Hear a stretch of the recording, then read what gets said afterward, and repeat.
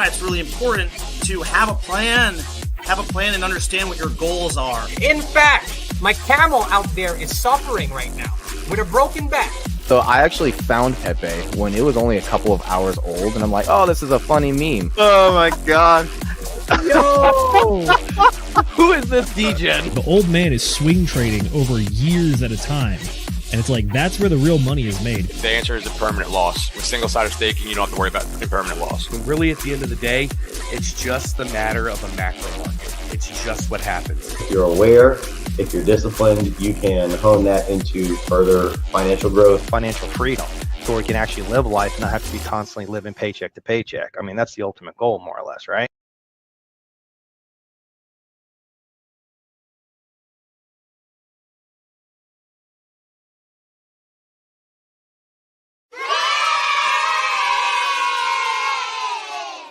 Ladies and gentlemen, boys and girls, crypto degenerates, ducks and squirrels, welcome to this special episode of DGen Roundtable Campfire Stories.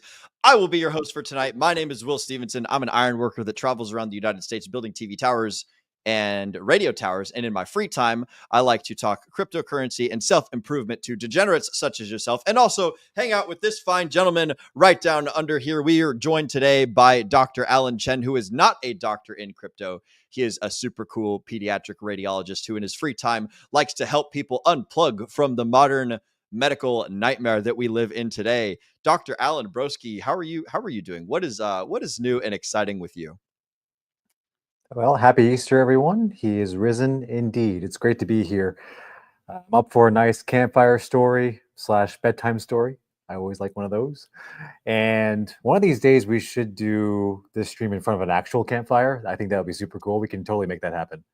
Damn, I didn't even think about that, bro, because we got like the fucking campfire thing right over. Yeah, we do. I thought about it like 5 minutes ago. So I was like, damn it. Crap, that's all right. Oh, we did enough fun things today. It's all good. But no, I'm finally back from my travels. Got some stability now. I'm going back to work tomorrow. Mm-hmm. So all's good. I'm ready to recharge and ready to go face the beast that is the medical system. But today I'm here to listen about some interesting crypto news. So let's hear it. Yeah. So for the folks at home who have never done a campfire stories with me before, basically, I'm the producer tonight. I am the man with the hands on the cameras and the hands on the chats, and we're gonna go through some of cryptocurrencies news over the last week. It's nothing crazy. What I do is I just go to. Can you guys see my mouse, Alan? Can you see that? Okay, sweet. So all that I do for getting crypto news is I just go to the Crypto News Telegram. It's got 81,000 subscribers, and it's just t.me /news_crypto. And that's basically all that there is to it. So these guys are super cool. They give all the sorts of news and everything that's happening. So like, oh, look at that. Mantra's OM crashed 70% all within 1 hour. This is all stuff from April 13th, by the way. We're just going to go through the entire news of everything that happened in the last week of cryptocurrency as far as crypto news is considered. So they don't cover everything. They don't do a very good job of covering the Richard Heart ecosystem, which is one of my favorites. But, we're going to go through the news. We're going to see what's up. We're going to just kind of read things, and we're not going to get very deep into it. We're just going to cover a fuck ton of headlines and talk about our feelings about it. What we normally do on Sundays is we cover more macroeconomic events, or we cover like bigger stories, or like we focus on like three main articles of stuff that's going on. And we almost never get to cover all the cool, fancy, fun topics that I always think of and research. And when I say research, I literally just see the headline and I'm like, oh, that's cool. And then I move right along. So we're just going to do a whole bunch of, oh, that's cool today. Before we get into that, though, it's time to do some chat motherfucking shout outs. So I'm going to scroll on over to the comments and also hold up my fancy schmancy chat shout out sign. So it's time for chat motherfucking shout outs. Farmer J, Broski, you are the man, the myth, the legend that we are chat shouting out tonight. We've got Farmer Brown, Farmer J, Campfire Stories with marshmallows and beer. Maybe that might not be a terrible idea. I just started a 3-day fast yesterday. I'm already my first 24 hours in, so no marshmallows and beer for me. I'm going the next 2 days without eating, and we'll see how long my patience holds up. But that's what we've got for chat shoutouts today. By the way, guys, as Dr. Allen said, happy Easter. I hope all of you out there are enjoying time with your family or have already enjoyed some fantastic time with your family. Celebrate all the festivities and all the religious stuff, and have a good time. So, and before we get on with the show, remember to like that smash button. And that's all that we've got for the chat shoutouts for you for now. So without any further ado, we're just going to kick right on into it. And we're going to talk about some of the crazy cool stuff that has happened over the weekend, starting with this just in: a CryptoPunk whale pleads guilty to hiding $13 million profits from the IRS and faces up to a 6-year sentence. This is one of those things that we hate about cryptocurrencies. We hate paying the taxes. We hate doing all of that stuff. But like occasionally they'll catch you. And looks like homie's going to jail for 6 years. And for those of you guys that don't know, CryptoPunks is one of the oldest NFTs that are in existence. So that this poor bastard is going to jail. And I'm going to put the little sorry, I'm going to put the little poop emoji and then the oh no emoji, because I don't like it when people go to jail. And I especially don't like it when people pay taxes to the IRS. I know that it's one of those necessity things, and you guys should probably do it. That's probably a pretty smart thing. None of the stuff, by the way, that we say on this show is financial advice. I'm just some asshole talking about my feelings on the internet. So take everything I say with a grain of salt. I definitely don't know everything, but yeah, that kind of bums me out that he's going to jail for 6 years. And I guess this is one of those things that happens when you make a lot of money in the crypto sphere. So yeah, do you have any thoughts about people going into jail for tax evasion, Alan? Well, actually, I was going to comment on the crypto piece, but Sure. the main piece of tax law that allows this to happen is that crypto in the United States, at least, is a commodity, not a currency. So that means that, unfortunately, it acts like a stock. So that means we get capital gains on it. So other countries, I'm not going to name them off the top of my head. I guess we could look it up later, but don't have that in place. They actually are a currency. So they don't get taxed on it. So El Salvador would be a good example of that. Their Bitcoin, at least, is not taxed because, well, it was legal tender. There's a whole spiel about that. With the IMF and all that. I'm not gonna get into that, but that's the difference as to why crypto is generally taxed. In terms of hiding 13 million, I mean, I guess 13 million. Was it worth 13 million? Yeah, it was worth a try, I guess, but I don't know. It's really, really hard to hide much from the IRS, and you just have to, play the loopholes as best as you possibly can and hope for the best, I guess, and work the laws that you can. But don't outwardly hide your stuff from the IRS, because then that'll be more of a red flag for them to be like, oh, we should figure out what the hell this guy is doing. So work within the system. There's plenty of ways to work within the system to be able to decrease at least your tax burdens. Hell yeah, man. And also, for those of you guys that don't know, long ago, we did a book club interview, and we also did an in-person interview with my dear mother about her book, How to Avoid Trouble with the IRS, which is the 10 best tips for the self-employed and the indie gig worker, how you can avoid trouble with the IRS. So if you guys haven't read that book or haven't checked out our DGen Roundtable book club about that, there's a good resource for you guys. So we're going to keep on scrolling and look at some of the other stuff. So the Fear and Greed Index sitting at 33. This was on Sunday, again, April 14th. So wait, it says April 14th, but this says April 13th. So whatever. The Fear and Greed Index for April 13th/14th was sitting at a 31. So people are still a little bit antsy. People are still not buying a shit ton of Bitcoin, and people are still pretty sort of kind of scared. The price of Bitcoin at the time was $85,000. And again, remember, guys, this was a week ago. So we're going to be scrolling through a lot of stuff. Here's a picture of the Bitcoin price chart. By the way, for those of you guys that have not heard of it, t.me/@BTC_tick will give you the $1,000 price marks for every Bitcoin fluctuation. So anytime it moves $1,000, this thing will go off and it'll send you a little message and it'll show you a little price chart of what's been happening. So if you guys are interested in getting the Bitcoin prices or like price movements, it's not by hour, it's not by day, it's by every $1,000. So you'll see it go up, go down, go left, go right. And if you star that little room, then you can keep up with all the Bitcoin stuff. So we're going to skip past that because, again, that was a week ago. So next up, we've got crypto news. Changpeng Zhao of BNB he had a pretty cool tweet.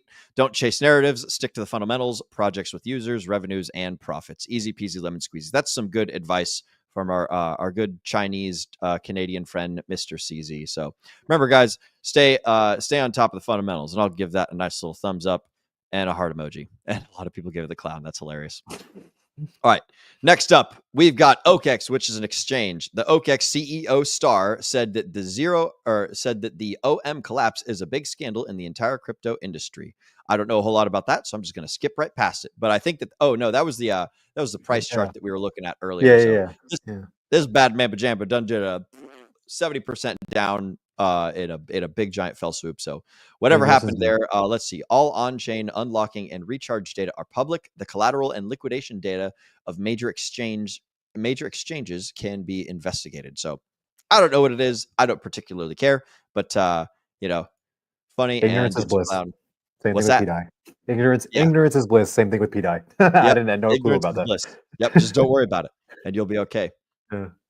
All right, next up, let's see. We got Bitcoin eyes bullish reversal as Binance futures spot price gap narrows from crypto quant. I don't know what any of that means. I think that futures is leverage, so stay away from that stuff. I'm gonna go put a little laughing emoji and a little poop emoji, and let's see. I could probably put a cooler emoji, a little clown emoji up in there. That's what I'm gonna do. All right, next up. Japan's MetaPlanet has acquired an additional 319 more Bitcoin for X, Y, and Z dollars, averaging a price of X, Y, and Z dollars. Congratulations. People are buying some Bitcoin. I'll give that a thumbs up. We like to hear when people buy the Bitcoin. You guys are going to see, by the way, a lot of companies starting to add Bitcoin to their balance sheets. A lot of states are adding Bitcoin to their balance sheets. A lot of countries are starting to add Bitcoin to their balance sheets. I know that like the president of some fucking country was talking about like, hey, you guys better start mining the Bitcoin. And like, whichever country figures out first that like, oh, hey, we could just print money and buy Bitcoin with our fancy schmancy printed money, then like, hey, we're gonna win, we're gonna kick ass, take names. So at some point, someone's gonna figure that out, and they're just gonna start printing money, buying Bitcoin, and then that will cause all sorts of crazy stuff. So then the team behind the Mantra OM says blah de da de da caused a 90% collapse. We don't care about that.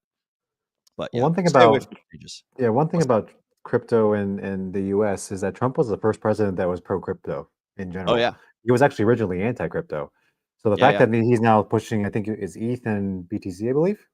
Yeah, he keeps buying a fuck ton of ETH, man. He's buying a shit ton of ETH. He's rugging other chains. Like he's got his Trump coin on Solana. Oh, I think I saw that. Pulling liquidity from Solana and putting it on Ethereum. So like they sell all the Trump coin or whatever the hell, and then they bridge it back to the Ethereum chain, and then they swap it for Ethereum. And it's just like it's super fucking hilarious, dude. We're gonna see about another story about that soon.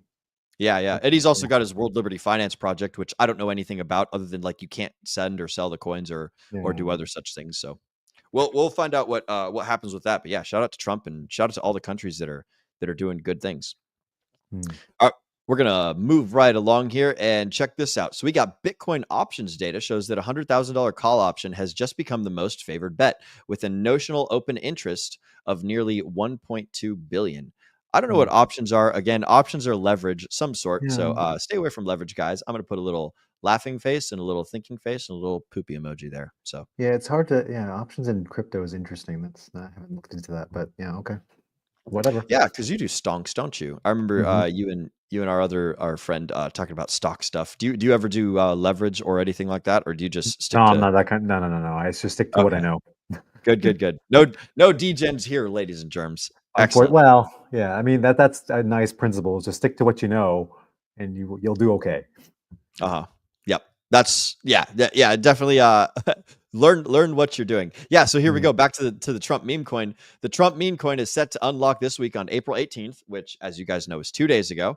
Releasing 40 million tokens worth 330 million or 20% of the circulating supply. So we're gonna put a little poopy actually. I'm going to do a little laughing emoji because that's pretty fucking funny. So I'm willing to bet that they dumped. I don't know exactly what happened with all of that, but that's like VC unlocks. That's angel investors. That's basically people who bought before it got super crazy expensive. So big fucking surprise. They're all probably going to dump on the open market. And then there's going to be a lot of folks left bag holding. So if the true believers truly believe, then they weather through it. And if they don't, then it fucking crashes to zero or something happens. But this unlock happened 2 days ago on, again, April 18th. So we might scroll through and see that later, or I might pull up a chart for Trump coin. I've never actually looked at anything on Solana before, so I have no idea how all that stuff works.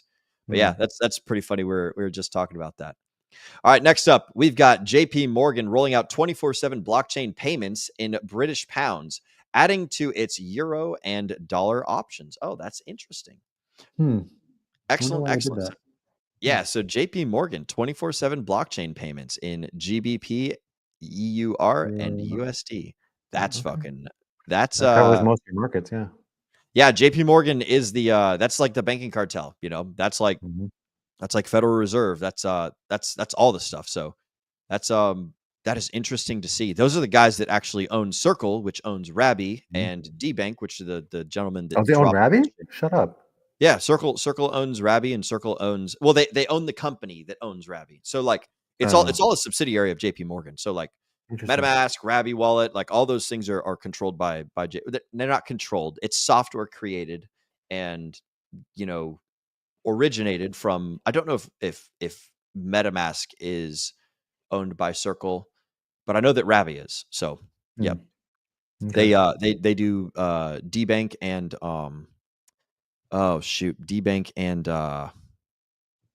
I was just talking about it. DBank and Rabby. Yeah. The company that owns DBank also owns Rabby, and they both drop support for Pulse Chain. So those guys are silly gooses, and I wish they wouldn't have done that, but you know. So they're starting to add blockchain, which I'm going to put a thumbs up and I'm going to put a heart for because it's good to see the banking cartels start playing the same games as me. And it's also kind of like a little bit disheartening. I don't necessarily want the banking cartels fiddling around with my beautiful, beautiful blockchains, but eventually they're going to come in and they might pump our bags. Who knows? Maybe they'll rug us to zero. We'll find out. But they'll find a way. Powerful people liking the same stuff as you can be both good and bad. So just keep your eyes open, guys. Did you have a thought there, Alan? Nope. Okay. All right, cool beans. We're going to keep right on rocking and rolling. So next up, we got MicroStrategy acquiring another 3,000 and just about 3,500, just shy, Bitcoin worth $285 million, an average price of $82,500 per Bitcoin, bringing their sum total up to over it's already over 500,000 Bitcoin, but like, goddamn, good for you, Michael Saylor. This brings their average cost basis up to 67,500. So that's freaking nuts. So good job, Michael Saylor, buying our bags. I'll also put the little clown emoji because like they're just fucking goofing on the rest of the traditional finance market. I don't know why nobody else is doing the same thing that they're doing, but they're on the stock.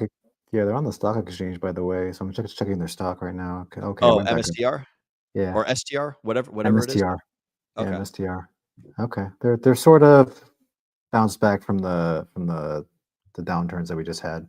Yeah. So do you understand what Michael Saylor does to buy Bitcoin? Please explain. So he essentially leverages the value of his stock and he says, hey, if you guys want to buy MicroStrategy stock in 4 years, I'm going to give you 20% more than what you pay right now. Guaranteed. Got it. Yeah. And so people buy the stock and he takes the money that they buy the stock and he goes and buys Bitcoin with it. And so he's like leveraging his future. That's essentially it. I might be like, kind of sort of whatever, but it's the same thing that businesses do where they take a loan against their future value at the current price. And then they promise to pay people back in the future. So that's what Michael Saylor is doing with MicroStrategy. And that's how they keep getting new Bitcoin and stuff. All right, let's see what we got next. We've got Google enforcing MiCA-compliant crypto ad rules across Europe starting April 23rd. That fucking sucks. So crypto advertisement rules, I presume, is the new stuff with MiCA. MiCA is part of the reason why stablecoins are no longer allowed over in Europe.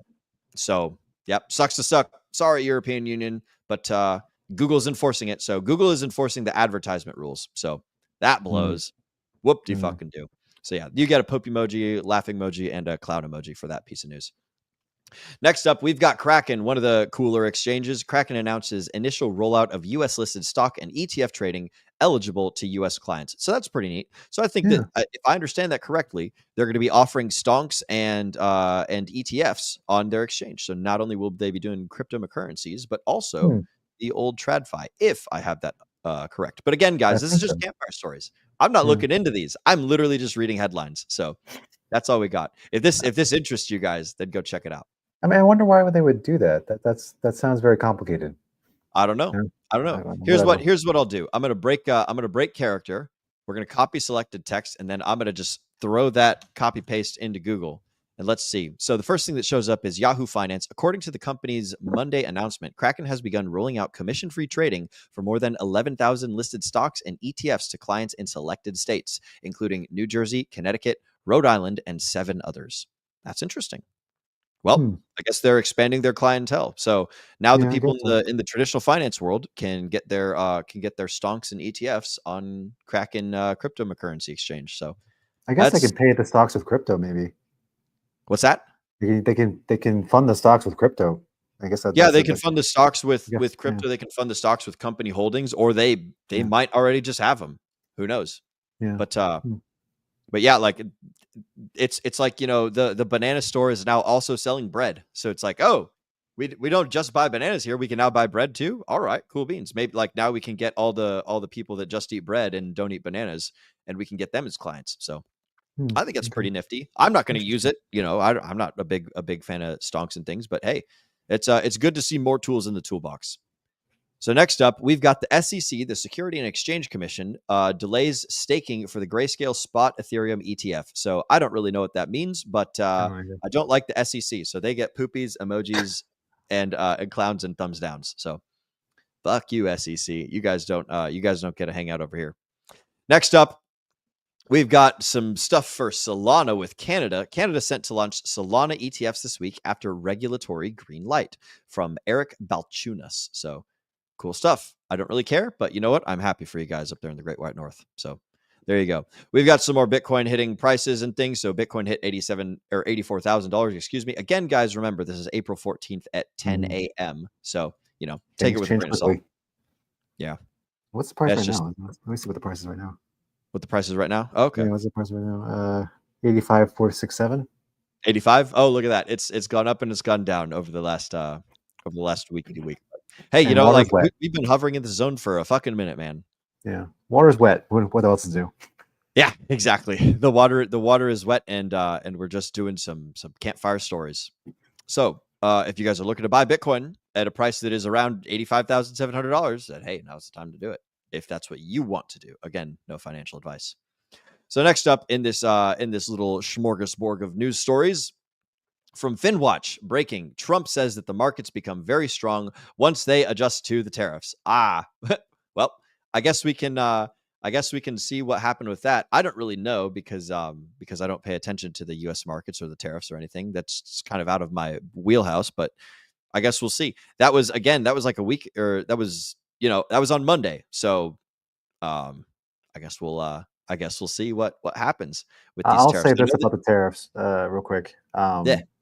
The whole COVID files release, I think is going to be closely associated with the whole China tariffs issue that we're having right now, with China just doubling down on their tariffs.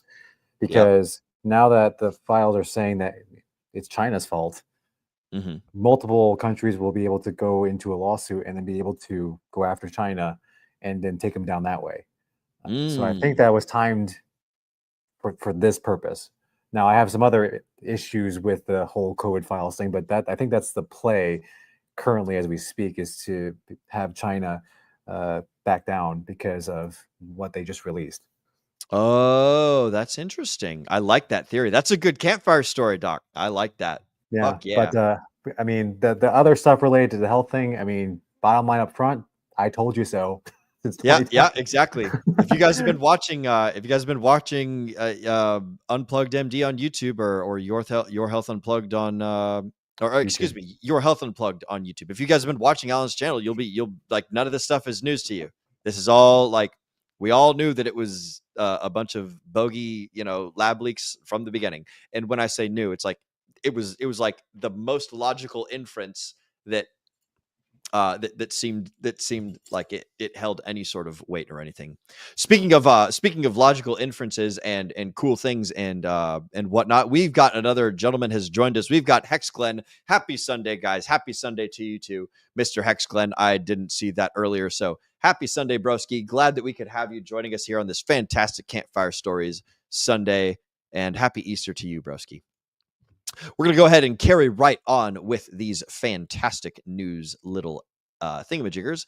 And next, after the trumpet one, we've got this. Justin, a whale deposited a whole bunch of money to Hyperliquid to long Ethereum at 1624 with 5x leverage. So I don't know what happened to this guy, but that's a fucking good for him. So for those of you guys that don't know, if you do a 5x long, the price just has to go down 20% and you're liquidated. So hopefully he had his stops in place. If not, he made a lot of money. So good for you, broski.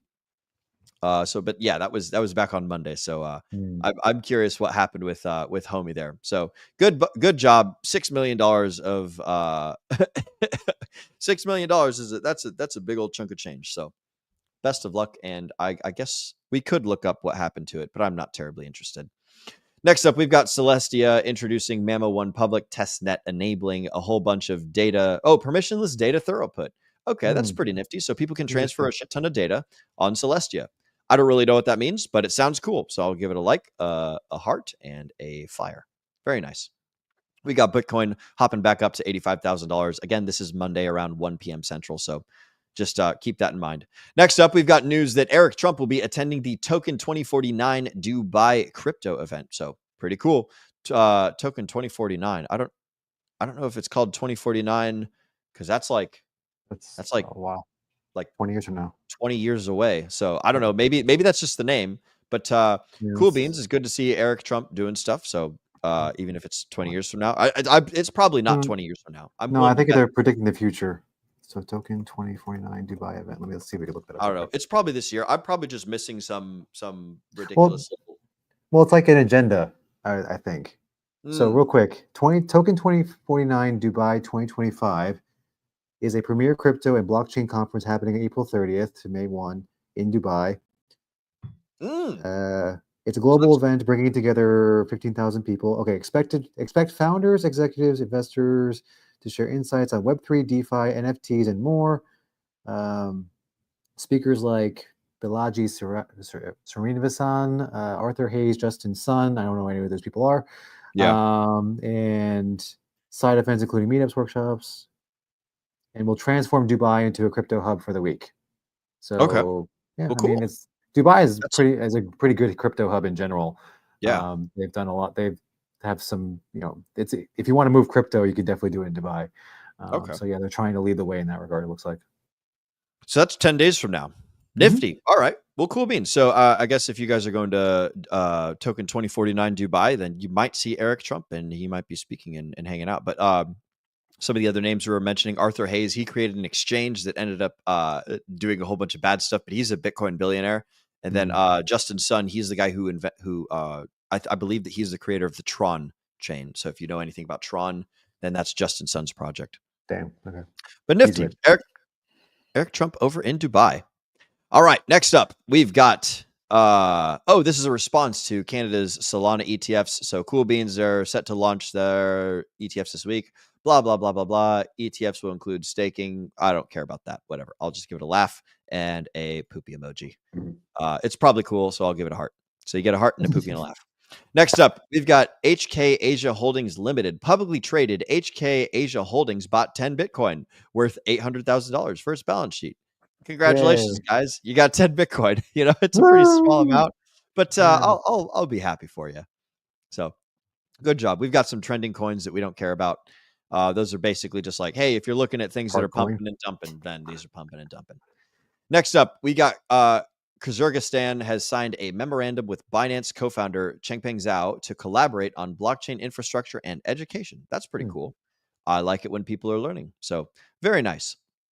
Next up, this is what I was talking about earlier. Every government should be mining Bitcoin, says Bhutan's prime minister, as quoted by Al Jazeera, the news for the Middle East. So yeah, it's a simple choice that earns billions of dollars. Mining makes tremendous sense. There you go. And the government, they probably have control of the electricity over there, or they're very closely tied to it. So I'm going to laugh at it because, it's the government, and I'm going to be happy for it because more miners means stronger hash power, which means better, more secure Bitcoin and blah, da, da, da. I would prefer to see people mining than governments, but it is what it is. Securing the network. So do it. I'll give it a poop emoji as well. Next up, South Korea blocks 14 crypto exchanges on the Apple Store, citing that these exchanges were operating as unregistered overseas virtual asset operators. So let's see. We got some famous ones here. We got KuCoin, Mexine, Femex, BitTrue, CoinW, CoinX, ZoomX, a bunch of other ones I don't really know. The main ones that I know are KuCoin and Mexib. So sucks to suck, guys. That's a bummer. Hate to see it. We'll put the little poop emoji and the little clown. And yeah, we'll pray for them. So sucks to suck, amigos, but get better next time. Next up, we've got Binance temporarily suspends withdrawals due to a network interruption in the Amazon Web Service data center. So, for those of you guys that don't know, Binance, it doesn't have a shit ton of decentralized node operators. Bitcoin does. Pulse Chain does. I don't know if Binance operates on validators or miners. I'm going to presume it's validating. Validators. I believe it's validators. Okay, yeah. So there we go. So so Binance, they rely on American Web Service, or Amazon Web Service, which is like, they're sitting in some Google warehouse somewhere in Minnesota or over in Nebraska or some shit like that. So when those data centers go down, sorry, your website also goes down and your blockchain goes down. This is why it's nice for things to be decentralized and not controlled or centralized or something. So I don't know exactly. This could be the exchange and not the blockchain. I could be misinterpreting this. Oh yeah, it's Binance, not Binance Smart Chain. So if it was BSC, then we'd be in trouble. But this is Binance the exchange. So never mind, guys. Just disregard. Binance is the exchange and BSC is the chain. So that's like so this is like saying Coinbase went down because the Coinbase servers did some stuff. So basically, nobody was allowed to take money off of the exchange because their internet went out. So sucks to suck. Don't keep your money on exchanges. That's the best thing I could recommend. If you don't want to fall prey to this sort of activity or something like that, then just keep your money off of centralized exchanges, custody your own coins, keep them in your own hot and cold wallets. And if you want to keep your money on the exchanges, then just know that this is something that'll happen. So that's a bummer. We'll put the little poop emoji up. And I do keep some on exchanges because it's sometimes easier to get it out, but it's not a lot. Yes.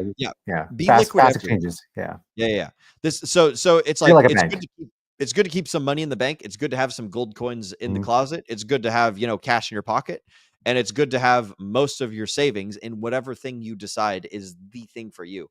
You're absolutely right, Alan, that it's not a bad idea to have some liquid cash ready to rock and roll, and you can deploy it at a moment's notice. Get that flash powder all fizzling and banging. Yeah. But yeah, I treat Coinbase like a bank, essentially. Just like a few thousand, maybe just to ready to go. Yeah. Yep, exactly. Like don't leave a whole lot of cash lying in there. Don't leave your whole life savings on someone else's, doorstep because, their house might get robbed or something. So we're going to put a little scary face, and then we're also going to laugh at it because, this is a preventable problem. Wah, wah, wah. All right, next up, KuCoin is also down due to Amazon Web Service data center outage. So yeah, guys, if somebody walks up to these big giant data centers with a big old pair of scissors and they snip the power cords and all of a sudden all the internet goes out, then it's like, what are you going to do? So Binance went down and KuCoin went down. Those are two centralized exchanges, Here's a fun fact with that. So this happens in my specialty, actually, because we require a lot of data to be pushed forward in a very fast pace. Yeah. So hospitals? For radiology, like we just, but hospitals in general, but like especially us though, because like we just do everything on the internet and the computer. So when we have big ass outages on our side, it's because some the data centers, right? It's just the transmission of data, essentially. Yeah. It's because some a-hole out there is stealing the copper from the wires, because copper is very, very valuable. So behoove of some people who know that information to be able to sell it on the black market, to get some coin out of that. So this could easily be one of those cases, but it happens quite a bit. They have to up their securities with those, if they have copper wiring, because that happens quite a bit. So sucks. Yeah, dude, just fucking tweakers, man. They're breaking into the data centers and ripping the wires out. Oh God, that's. I mean, it's terrible because like that fucks up the whole hospital, and now it's like. Yeah, we get outages for like 10 hours, and that's like you pretty much put the hospital at a standstill. Yeah, that's not good. God forbid, like you're having to like write things down on a piece of paper, give it to a runner, and he runs it down from like radiology over to the fucking like operating room where they need the information or some shit like that. I don't understand. Yeah, exactly. basically we have to do that. Yeah, we have to do it like with a pigeon. fucking carrier pigeons out the window and they fly to a different part of the hospital. Yeah, pretty much. And then cause more disease in the hospital. So yeah, there you go. Win-win for everybody. There you go. Excellent. So yeah, guys, stay away from centralized exchanges. Only keep a minimal amount of cash in there because you never know when Amazon Web Service or Amazon Web Service is going to crash. So like, sucks to suck. Same thing with like your own personal website. If you're using Amazon Web Service, sometimes they crash. You know, if you're operating your own web server out of your back room, then you have more control over it than Amazon. But like, you know, your house might get hit by a hailstorm and then it breaks your web server. Then you got no more website. So these are all like part and parcel of giving the sovereignty of your operation out to someone else in order for them to run it. So like sometimes it's worth it, sometimes it's not. It's just something worth considering. So next up, let's see what we got. Somebody bought 1,500 Bitcoin worth 1.27 or 127 million on OKEx. So whoever wrote that, freaking funny. But yeah, that's a whole bunch of Bitcoin smashed on out of OKEx there. So good job. Good job, go be a whale. I wonder what's going on with that, but glad to see people buying the Bitcoin. Speaking of, Bitcoin went up to $67,000. And again, this is still, oh no, this is Tuesday. 86. So we have now made it to Tuesday morning. So 86,000, not 67. What's that? You said 67. It's 86. Oh, 86? Okay. No, wait. Oh, yes. You're right. The current price. 67. That means that we got fucked. Yeah, that's no bueno. We don't want that 67,000 Bitcoin. We want 86 Bitcoin. Oh, excuse me. So, excellent. So Bitcoin did a price thing. Good job. I'm so glad for you, Bitcoin. Also, bad job. Pump my bags already. Next up, we've got Binance-backed DEX. Kilo X also suspends operations following a $7.5 million exploit.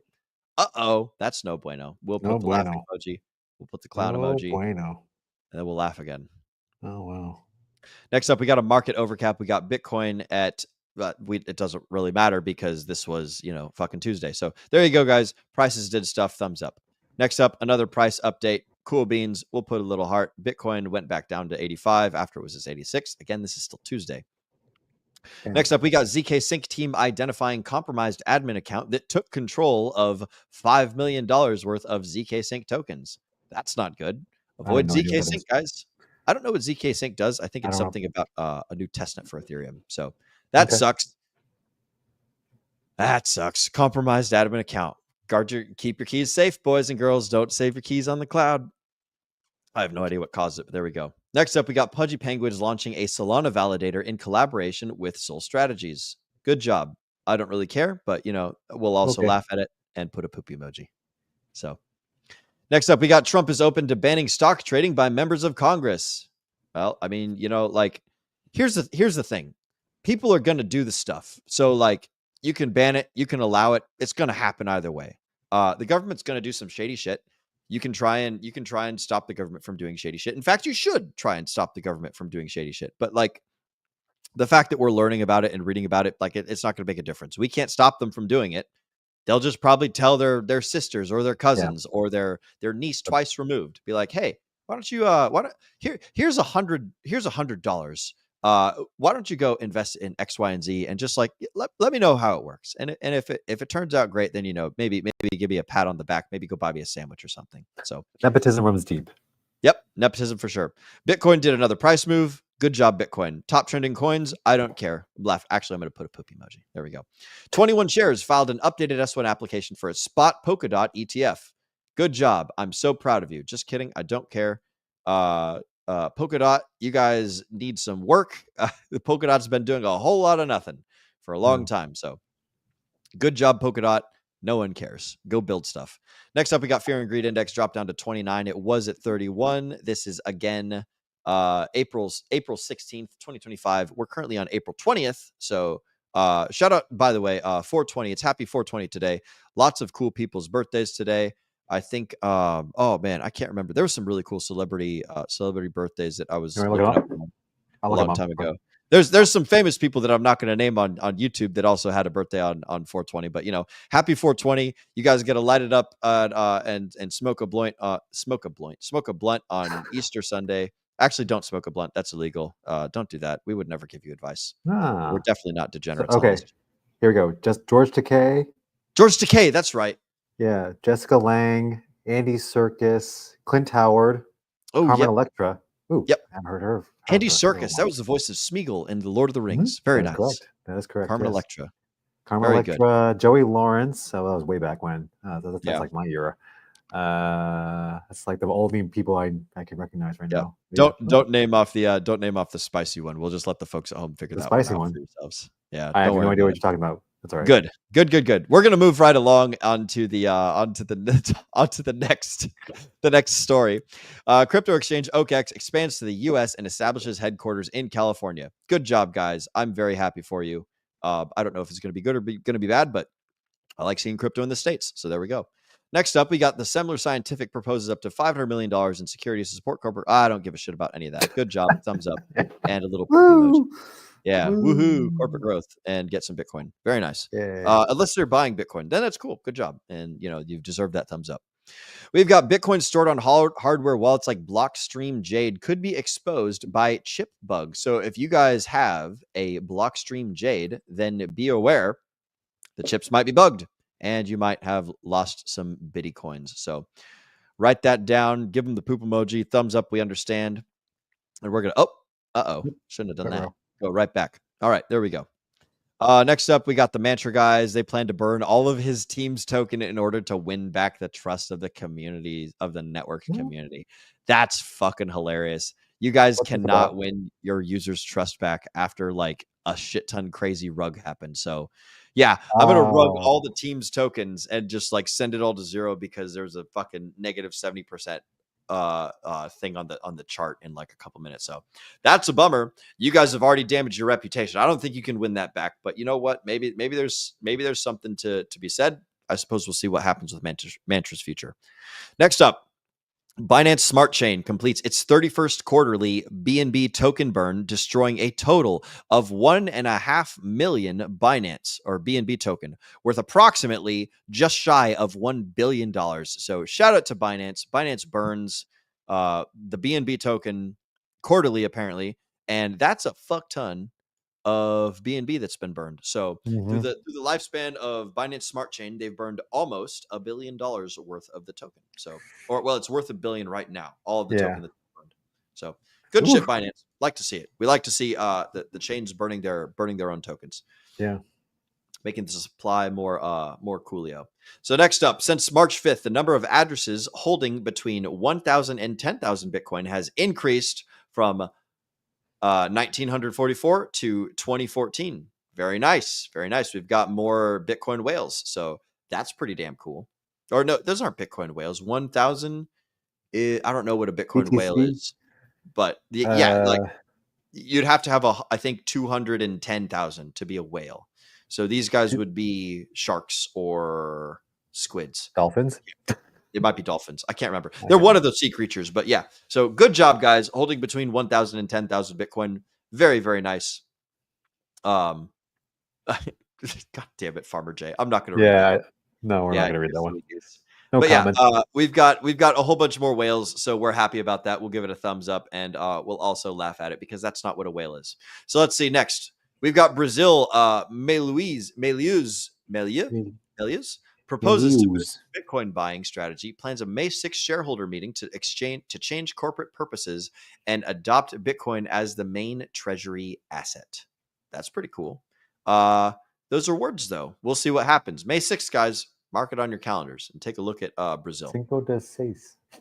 Yep. No, Seis de Mayo. Seis de Mayo, not Cinco de Mayo. Yep. Save some money. Go down to Brazil and hang out. It could be fun. You might get punked though. Those Brazilians can be pretty interesting sometimes. Next up, we've got Bitwise launching 4 of its German Bitcoin and crypto exchange traded products on the London Stock Exchange today. Very nice. And also shit, because I don't care about the London Stock Exchange. I know that many people do. So actually, you know what? I'll take away the poopy emoji. I'll give them a heart emoji, and I'll also laugh at them because they're making progress, but it's in the wrong direction. So buy more Bitcoin, own more cryptocurrency. Don't buy Bitcoin that exists in the traditional finance world. If you want to be a cool kid, if you want to be, you know what? Actually, I take it back. You guys are free to use whatever tools you please. This is not a tool for me, and if it's a tool for you, then I'm happy for you. So there you go. No judgment. Next up, we've got DFW Labs or DWF Labs. I was going to say Dallas Fort Worth. We got DWF Labs has DWF. taken a governance stake in World Liberty Finance by investing $25 million into the Trump family-backed DeFi project. Good job. I'm happy for you, and I'm giving you a poop emoji as well. So good job, DWF Labs. No idea. Next up, we've got Panama City Council votes to become the first government institution to accept crypto payments. Interesting. Panama City. Yep. Those fuckers in Florida. Okay. Yeah, this is pretty cool, man. I like it. I like it. Next up, we've got U.S. Treasury bonds, partially backed by Bitcoin, could help refinance the $14 trillion in U.S. debt. Yeah, fucking right. Oh gosh. We'll see where that goes. A lot of Bitcoin to make up for that. Yeah, damn. Yeah, that's a lot of fucking Bitcoin. Maybe they'll print money to buy Bitcoin so they can print more, so they can, take a loan out against their Bitcoin to print more money to buy more Bitcoin. Kind of like what MicroStrategy is doing, man. Yeah, it's just essentially the infinite money glitch. Like shout out to your friend Sami, who is the first person to explain this, but like they're basically doing the infinite money glitch where they are valuable, they borrow against their value to buy more Bitcoin and therefore become more valuable and borrow against that value to buy more Bitcoin. So it's just like eventually the system doesn't handle it, but we'll see what goes on in between now and then. Next up, we've got South Korea presidential candidate plans to follow Trump's strategy in relaxing regulations on crypto in South Korea. That's good. Okay. I like it. I like those Koreans. Next up, Jerome Powell, and for those of you guys that listened to Jerome Powell's speech, I'm pretty sure that Dace did a cool he did a cool Telegram Tuesday event, or whenever it happened. I'm pretty sure I listened in on a little bit while we were down in El Salvador. But Jerome Powell says inflationary effects on tariffs may be more persistent, which that's like the Fed always works with backwards facing data, and now they're saying, oh, we're going to project forwards. And not only that, but we're going to have a political bias here, or like a little bit of a political interpretation. So I thought that was interesting when they pointed that out. I don't remember if it was Jay or if it was Dace or if it was Tracker or who it was. I'm going to shout out Dace because I think it was you. But yeah, it's interesting that the Federal Reserve is now forward projecting political maneuvers and how that affects inflation. So we'll see. I'll give it. We all know that works. Yeah, I don't know how it works either, but no, we all know like that what that leads to if you want to. Oh, we know what it leads to. Yeah. Oh, gosh. So Anyway. don't fuck with the Fed and don't fuck with the government. And the Fed and the government are fucking with each other. So we'll see what happens. It'll be a good time. Jerome Powell says cryptocurrency is becoming more mainstream and supports the idea of a legal framework for stablecoins. Interesting. I don't support the legal framework for stablecoins. I think that people should just make stuff and it works, much like the original guys that made the Maker protocol on Ethereum, and they created DAI. That dude unfortunately died. He got killed, murdered. His body turned up drowned over in, I think it was Puerto Rico. So the people that make stablecoins that do not require that are like algorithmically backed, or that function all on their own and don't require some third party system to do things, those guys generally don't turn out well. A lot of the bigger stablecoin companies like Tether, or like Circle that creates USDC, or some of the other large ones, they all probably work pretty hand in hand close with the government. So I don't like the idea. I think that crypto should be crypto and government should be government, and everyone should use whatever the fuck economic transfer items you want to trade things for things. If you want to trade chickens, then you can trade chickens. If you want to trade your car for another car, you can trade that. I don't know. I'm not a big fan of the government, so that's what I have to say. You have any thoughts? How much Bitcoin could I get for a chicken? For a chicken? Oh man. Shoot. So down in my operating thing is when we go down to the Bitcoin Center in Berlin, down there in El Salvador, the orange juice costs 1,200 sats. So I presume that's like $1 or something like that. Because it's just a fucking jar of orange juice. And so if a chicken is like, I don't know, we'll say $20. So a chicken in Bitcoin would be like 30,000 Satoshi. So whatever that is in Bitcoin. So 30,000 Satoshi, you could probably get a chicken or something like that. But there you go. We should make a I'm not currency- terribly. we should make a exchange for that. Oh Trade man, animals yeah, for Bitcoin. this is like a Bitcoin chicken vending machine that just like you put it, you scan the QR code, you pay the vending machine, and the fucking chicken pops out. And there you go. Yeah, that's an interesting concept. I mean, I want to start a farm there, so yeah.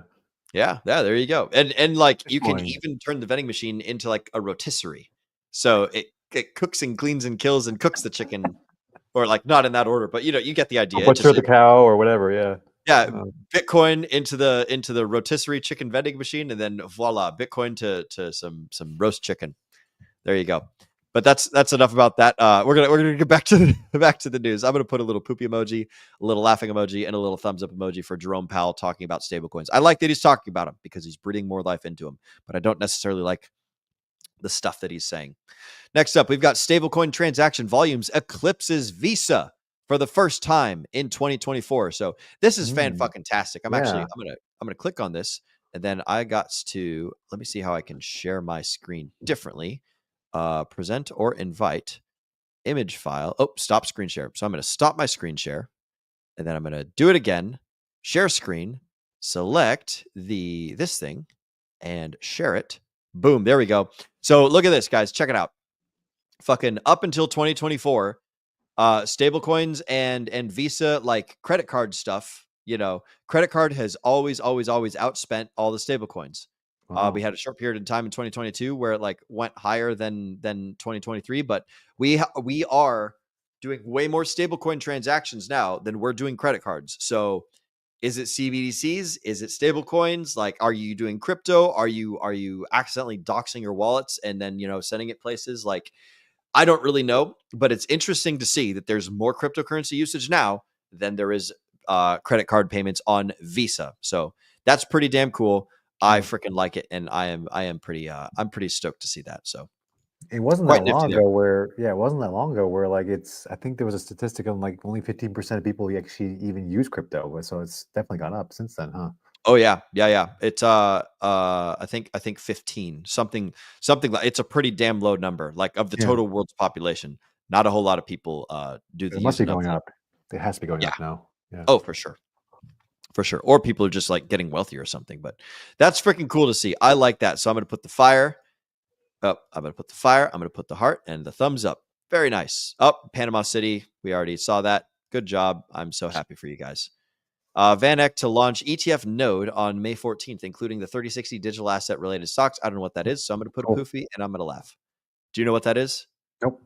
Okay. Zero. Well, we're just going to fucking scroll right past it. We got Bitcoin price. It did some stuff. Again, guys, reminder, this is now we have transitioned into Thursday. So this is Thursday morning. Bitcoin still 85,000. Like it's sitting at 85,000 right now. So, or 87,000.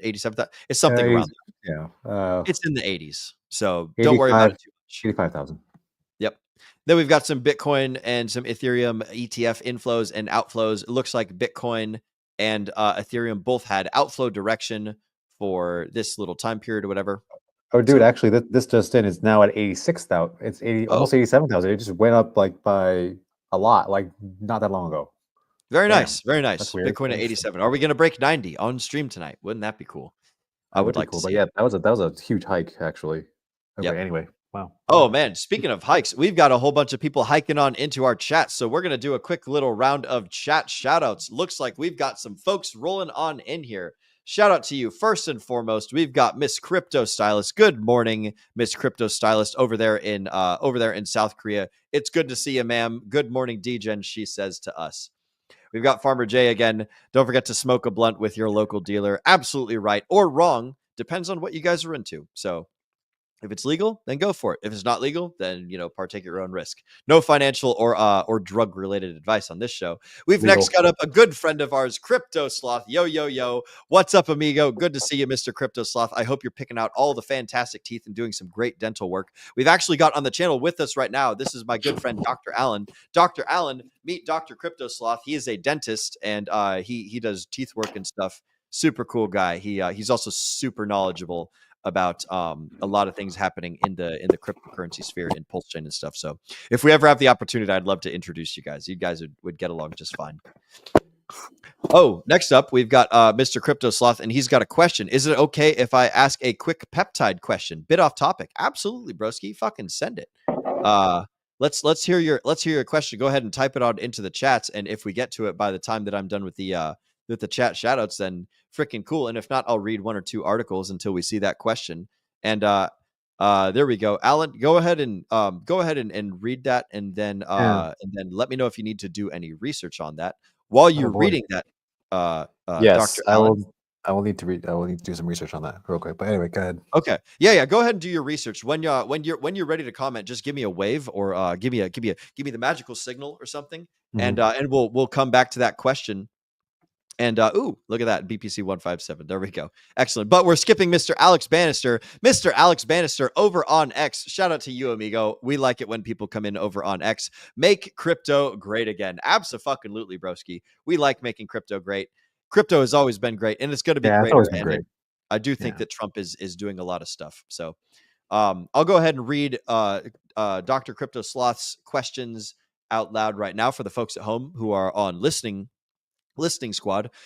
Crypto Sloth said, what are your thoughts on cancer risk with angiogenesis of some peptides? Saw things about how some can stimulate the VEGF pathways, which is the biggest concern with me. So, and then this is specifically in reference to like BPC 157. So, so that is Mr. Crypto Sloth. And Alan, you said you're looking up some stuff on that right now. So whenever you're ready, just give me the signal for that, and I will give it a pause.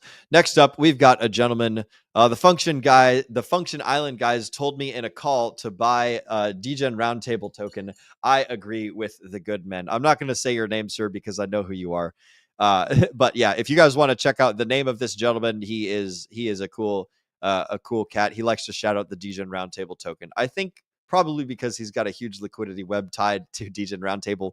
But shout out to him for talking about this show's silly little meme coin that you guys definitely should not buy because it's a freaking joke. There is a large liquidity pool of it over on the Function Island decentralized exchange on Pulse Chain, and there's some cool cats. And yes, actually, Mr. Crypto Sloth brings up an excellent point, and we appreciate you too, amigo. I heard that the guy who created the DGen Roundtable token is cool. Yes, I was about to get to that.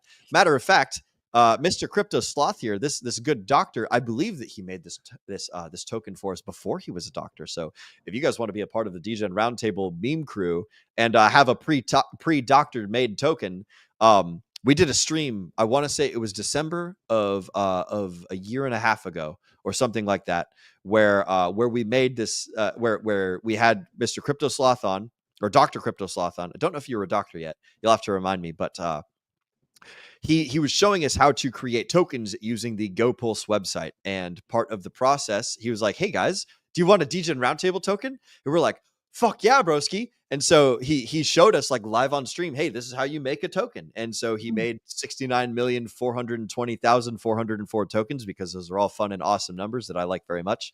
And we had a fun time. So excellent. He was not a doctor at the time. He has since got his doctorate degree, and now he pulls out teeth and does all that awesome stuff. So yeah, this was a pre-doctor made DGen Roundtable token that you guys should probably not buy, because again, we made it for shits and giggles and to show liquidity, to show like how you can dump a price, how you can make a price go up. We were doing all these things on stream. It was super awesome and fun.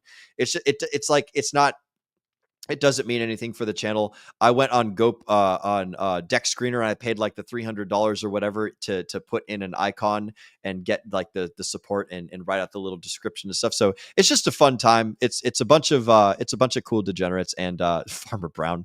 I'm going all in on DRT. I wouldn't suggest doing that, bro. There's like $200 or $300 of liquidity with Pulse, and like maybe $1,000 worth of liquidity paired up with the Island token. So shout out to Mr. Crypto Sloth, or Dr. Crypto Sloth now, who helped us create that DGen Roundtable token all those years ago. It was a good time, and we have good fun with that token and things. So shout out to all you guys in the chats. We appreciate you, and y'all are all fucking awesome. I don't care what they say. Y'all are all cool by my reckoning. Hey, well, I'm ready to answer that question, by the way. Oh, he's ready to answer. Excellent. So for those of you guys that missed the question earlier, I'll repeat it again. What are the thoughts on cancer risk with angiogenesis of some peptides? Saw things about how some can stimulate VEGF pathways, which is the biggest concern with me. Go ahead. So real quick, VEGF is related to angiogenesis. So the reason why What is angiogenesis? Angiogenesis is the formation of new blood vessels. So that's why it's associated with cancer risk, because if you're making new blood vessels to certain places, it can promote tumor growth. So you're basically enhancing tumor growth. So what's the risk? For the uses of BPC 157, it's in places that are generally not cancer ridden, and it's also usually local. So the risk theoretically is small. And don't forget, cancer is usually a multifactorial thing. There's usually more than one pathway, or more than one event that leads to cancer. It's not just usually one. It's not usually just one thing. So yes, you're absolutely right that it does promote blood vessel formation. That's part of its mechanism, and that's how it does what it does, partly. But the cancer risk, I haven't heard much about it, and there, I just kind of did a quick Google search. It seems like the experts are saying that there's a cancer risk. So don't forget that there's a big interest in trying to suppress BPC 157, because it's basically putting out a lot of folks who handle pain medications and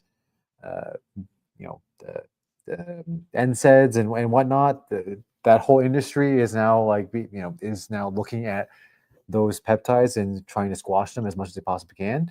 The FDA is already doing that. So take it with a grain of salt. And again, everything you take, whether it's peptides, whether it's meds, whether it's a procedure, has a risk and a benefit. I don't see this as a high risk, but if you have concerns about cancer, if you have like a big family history or a personal history of cancer, then maybe the BPC 157 is not for you. That's completely up to you. But personally, I don't see how that would just that alone would increase your risk of cancer generally. There's way more other factors that would do that on a grander scale, like poor nutrition, obesity, those kind of grand, more systemic illnesses out there, chronic illnesses especially. So to me, it's pretty low. But again, this is not medical advice as well. Take that information as you will. It's a lot gets thrown out there, and it comes down to kind of common sense, and also what is the actual risk, and how that relates to everything else going on. But generally speaking, the peptides, being as they are fairly well regulated within the body system, because there's already mechanisms to regulate it. So to me, it's not that much of a worry. But just mind your situation appropriately. So yeah, so it's not the bottom line up front is there's other way more dangerous things to worry about. There's better things to worry about than that. Yeah. So this is not, it's not proven. And if it was, it's small beans in the big scheme of things. So the big things that you were just saying for the folks at home who need to hear this again, for preventing cancer is obesity, diet, and all sorts of stuff, like your radiation exposure. There's so many other things out there that we should be worrying about than BPC 157. Okay. And also the other side point that I was trying to make was, think about who the people are trying to think of who the experts are that are trying to give you this information of BPC 157 being bad. That's all I'm going to say. Trying to not gaslight it, but provide that image in your brain so that you'll think twice about considering it. That's my thing about that, is that who's actually saying that, and do they actually have proof on it? It's something, because like the AHA, for example, does shit like that, where they give you the stupidest study and they base up a whole recommendation on it. and on the worst data possible. So like mind that as well. I haven't seen the study myself. I'll admit that. So if anybody sends me the study, I'll be happy to look it over. But yeah, like we make a lot of medical recommendations on shitty data. So just keep that in mind too. That's good. Excellent. Well, I appreciate that, broski, and he appreciates as well. He says, appreciate the response and makes sense. Glad that we could help you out, Dr. Sloth. Excelente. Didn't expect to have that question on the show, but that's all right. Say again? Didn't expect to have that question on the show. I have to yeah, that, I mean, you know, I'm glad to see Dr. Sloth popping in and asking the good questions. So he's a good friend of mine. You guys would get along, and that's excellent. And this is some good content for the folks at home. So thank you for your research, Dr. Allen, and thank you, Dr. Sloth, for poking and prodding and getting us all to do the work and figure out the good stuff. And speaking of figuring out the good stuff, we're going to pop right on back in to the crypto Campfire Stories news stuff. So we've got top 10 chains by DEX volume in the last 7 days. Looks like Solana wins, then Ethereum, Binance Smart Chain, then the base chain, followed by Arbitrum. And man, I can't read that stuff. I'm not very, I got like a small screen. Doesn't fucking matter. The point is that Solana flips all the other chains in a 7-day decentralized exchange volume with $15 billion of volume. So who knows if those are real transactions or if they're great, but I'll put a up sign, I'll put a down sign, and I'll put a poop sign, and I'll just say, I don't use Solana. You guys are free to do as you please. Next up, we've got a Quantum Firm Project 11 to offer 1 Bitcoin to anyone who cracks Bitcoin's encryption. So there you guys go. If you guys can crack Bitcoin's encryption, then you get 1 Bitcoin. Also, if you crack Bitcoin's encryption, you might get all the Bitcoin. So there's that. Oh man, that's a good jackpot machine. Yep, absolutely. Oh, we got Mr. Sloth coming back and saying Will is a homie. I appreciate that, Dr. Sloth, and seems like Alan is too. He absolutely is a homie. We're all homies here. I'm a homie. Alan's a homie. Sloth's a homie. We're all just friends, having good time, hanging around the Campfire Stories, reading about the news. So, thank you. We need that campfire next time. Yep, we'll make the actual campfire like literally in the back. Like I fucking bought this thing at Walmart. By the way, you guys, you can buy some really cool campfire dual burning fire pits at Walmart, where it's a tall cylindrical can, and if you cut it in half and take a cross section look at it, the air comes up in through the bottom.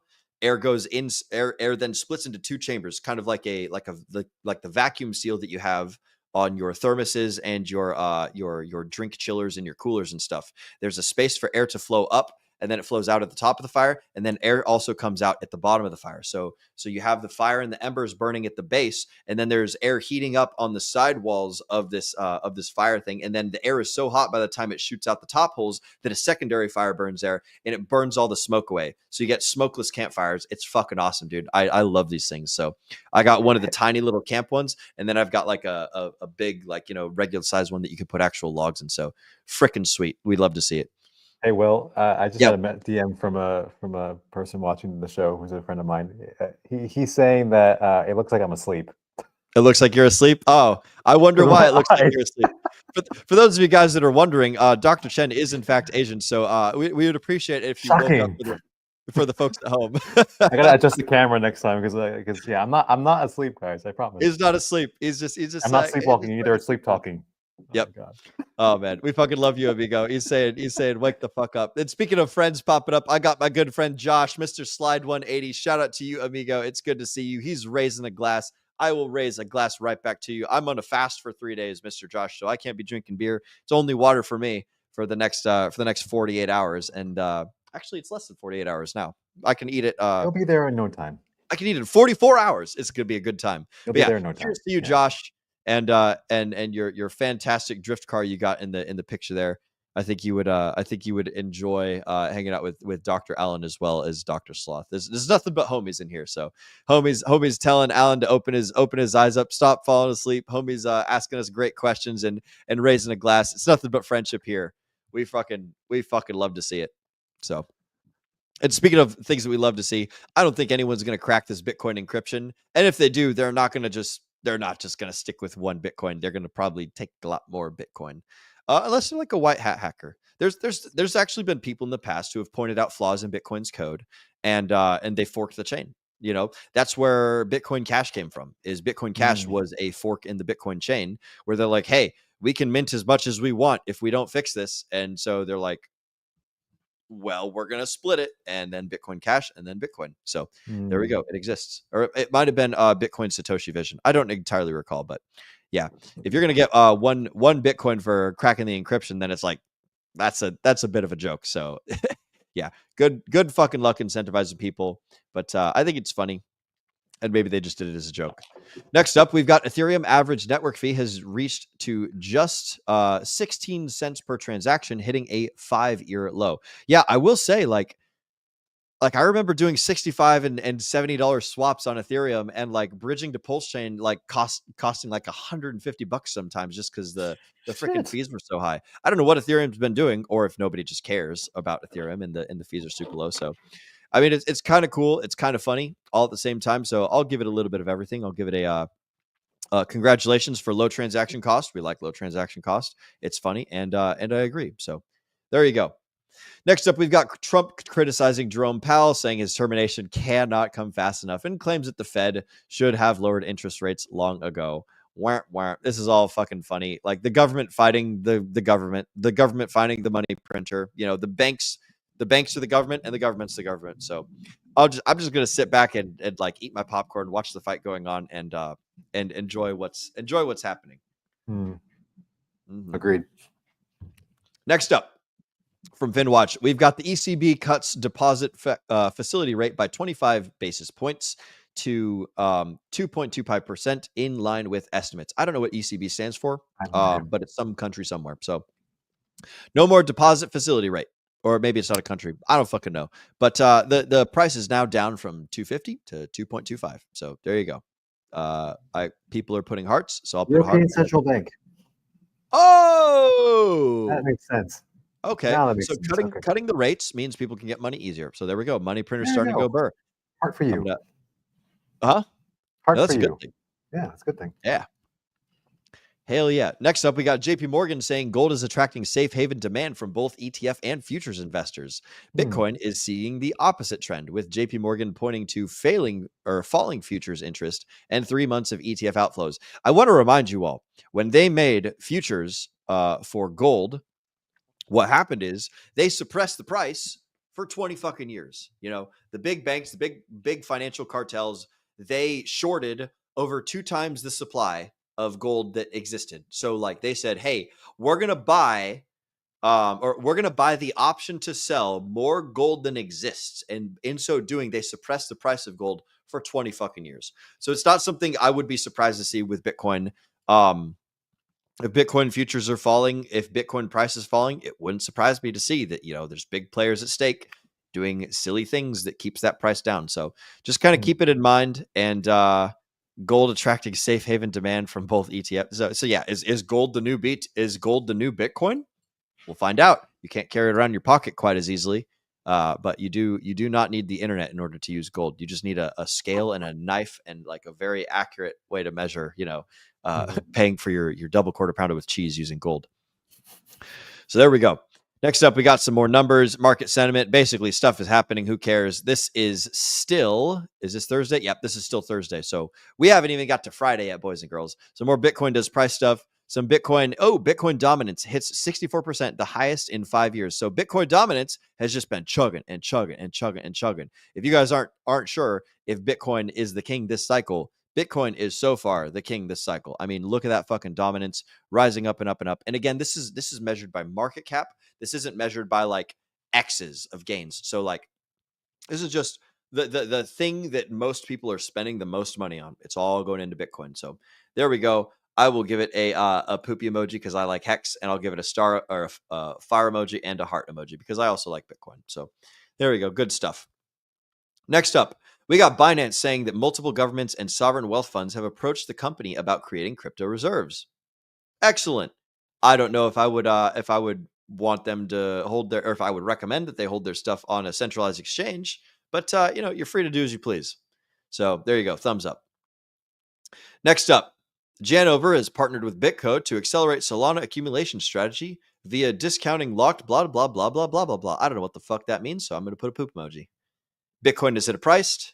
Some ANAP stuff. Japanese fashion retailer ANAP buys $70 million worth of Bitcoin for its treasury.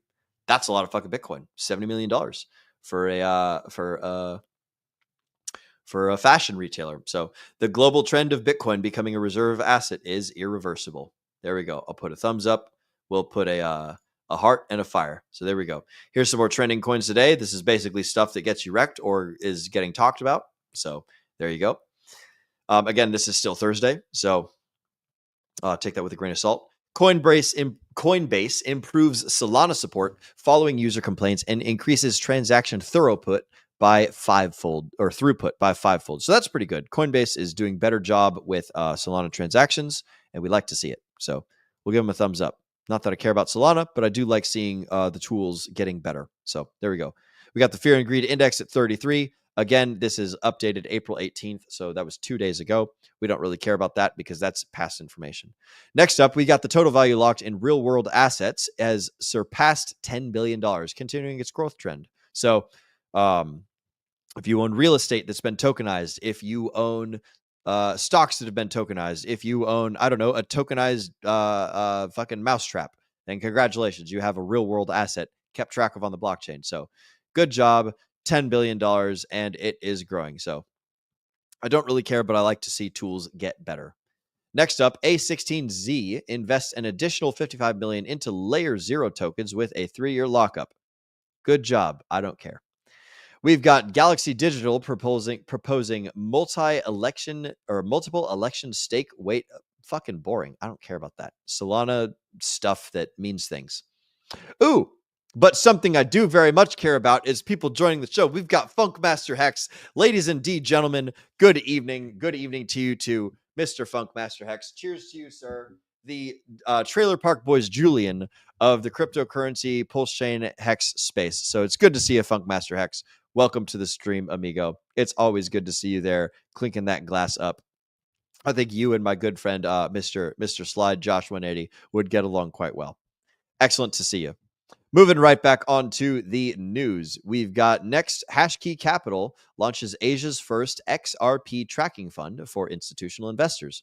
Good job. XRP did some great stuff this cycle, not like functionally speaking, but price-wise. They got a nice little 5x out of nowhere after going for like 2 whole Bitcoin cycles of basically doing fucking nothing. Their last cycle was just absolute just fucking sideways and downwards price movement. So I'm glad that you guys XRP users are getting some cool things, and yeah, like I'm happy for you. I don't own any XRP, but hey, fucking more power to you. We like to see it. Next up, protocols scaling Ethereum using Solana technology. Interesting. Solana's first layer 2 protocol aiming to address network congestion by offloading transactions from the main chain is Solexi, and Eclipse is Ethereum's. Basically, they're using the Solana virtual machine, enabling developers to build high-performance application on Ethereum using Solana's tooling. Cool. Don't really know what that means, but more tools. I like it. Next up, we've got Slovenia introducing a law to impose 25% tax on crypto. Sad face, poopy face, and thumbs down face. None of that. We don't like it, Slovenia. You guys need to unfuck yourself. By the way, Alan, you are muted. I don't know if you know that you muted yourself, but I saw that. My bad. I don't plan on going to Slovenia anytime soon, so you guys can go fuck yourselves. 25% tax on crypto. Eesh, man, Oof. that's a lot. Screw that. Ooh, look at this. 15,000 Bitcoin pulled from exchanges in the last week. That's a lot of Bitcoin.